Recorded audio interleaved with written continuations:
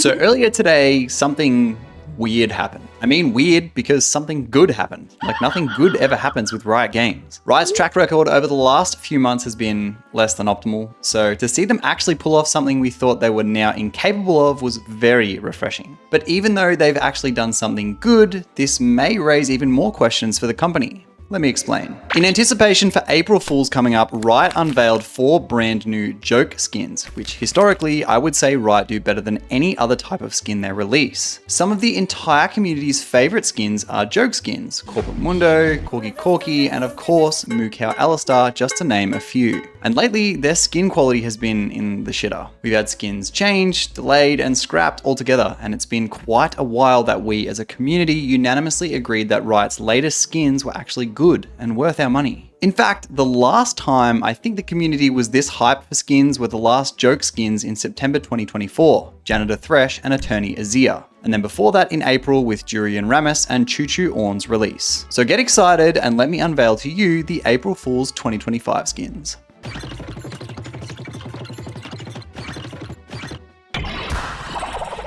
Firstly, and the one everyone's most hyped about is Cat in the Box Shaco, the legendary skin, and I just think this skin looks fantastic. As far as I can tell, the theme is meant to be a whole bunch of cats inhabiting a onesie, as you can see in the splash art, which thematically is just genius. It also has creative home guards, amazing sound effects, and the sneak particle in stealth is just chef's kiss. This skin really hits the nail on the head across the board, like the quality is just there, what we'd expect from a legendary skin. It just oozes personality and charm, and it also feels like a skin Shaco should have. Unlike, I don't know, Cosmic Paladin Nautilus. Dude's literally a behemoth that roams the dark waters in Bilgewater. Why is he in space and why is he a paladin? So why was Xayah's quote, legendary skin missing so much? It's weird to me when Riot does so well with a skin like this, but misses the mark with another. Like this just shows they're clearly capable of creating fantastic high quality skins, so why is the consistency so lacking? Understandably, the Xayah mains Reddit was pissed, saying it's unfair that Shaco gets a real legendary, but they have to cop a 75% recycled skin. And I kind of have to agree. After I saw that Xayah skin, I thought good quality legendaries were just a thing of the past and we were never going to see a good one ever again. Xayah's just looks like an edgy anime girl skin, but the creativity behind Shaco's is the real shining light. That which Xayah is lacking. There are even comments going around saying that this Shaco skin is better than all the other Exalted skins combined, and that opinion is pretty widely shared. But that's not the only good skin shown, and don't worry, I'm saving best till last. Next is Grillmaster Braum.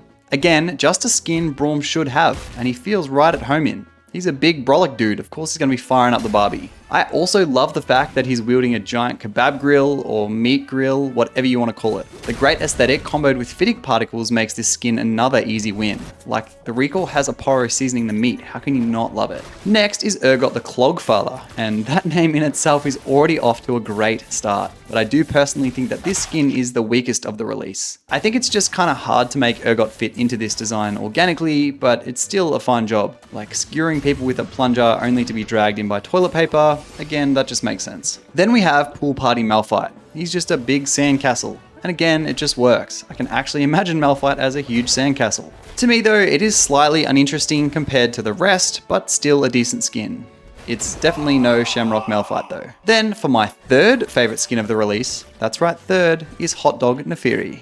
Firstly, can I point out the derpy dog in the top left of the splash? I love this. But the real strengths of this skin lie in its super fun particles and sound effects. This tied in with Neferi's rework just being shipped means the dog mains are eating good in April. I do wish the pickles around her collar were a little bit less sharp though. It makes her base model under the particles look a tiny little bit too samey. But even though all these are super strong skins and some of my favorite in ages, nothing compares to PENGU GAREN, another skin that was released onto the PBE alongside them. Now this is a bit of a different one. I don't actually know if we've ever seen this before because no one really knows what the go is with it. Firstly, everyone just thought it was a TFT skin, but then it was indeed confirmed to be coming to League, but only for a short time. From Skin Spotlights, quote, for duration of the patch, PENGU GAREN is freely selectable for GAREN in all modes except Ranked, Flex, and Clash. PENGU is available exclusively for April Fools and will be leaving the Rift after 2 weeks. So from this, it sounds like he's free, but also only available to play for a limited time, which sucks. For some reason, I feel like if I was inting to PENGU Garen, it just wouldn't hurt as bad. Like, how could I get mad at this dude? And check out these particles and sound effects. They're just hilarious. I especially love the Q one. His little noise is so good, and the giant spatula as he ults is such a good touch. I am sure though that if the community is vocal enough about it, Riot would probably reconsider making this a limited time skin. But I do think they'd have to touch it up for clarity and readability. I can already tell from the skin spotlights video his hitbox is a little bit janky. We can only hope. Oh, and while we're on the topic of skins, Riot also unveiled the Leblanc visual update, which I'm sure no one is too surprised about given her appearance in the latest Riot video works. Playing in the background is the few skins that have been shown, and I have to say, like, I don't play Leblanc obviously, but it looks like they've done a really good job. Especially in a side-by-side, her new appearance is definitely closer to the 2025 standards we're expecting by now. Oh, and one last thing before I go, the Blue Essence Emporium is coming back in patch 25.07. Just thought I'd let you all know that. Anyway, that'll do us for the day. Thank you so much for watching, and for more League news like this, be sure to subscribe. Bye!